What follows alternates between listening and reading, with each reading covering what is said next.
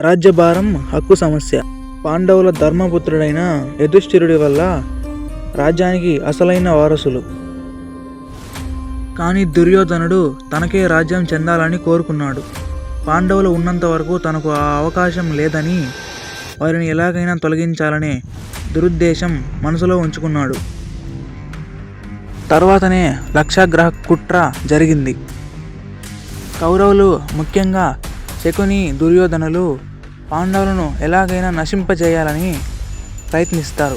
అప్పుడే ఒక పెద్ద కుట్ర పన్నారు. రాక్కు మైనంతో కట్టిన ఒక భవనంలో నిప్పు పెట్టి కాల్చేయాలని పన్నాగం పన్నుతారు. దానినే లక్షాగ్రహం అని పిలుస్తారు. కానీ విదురుడు ముందుగానే యుధిష్ఠిరుడికి హెచ్చరిస్తాడు.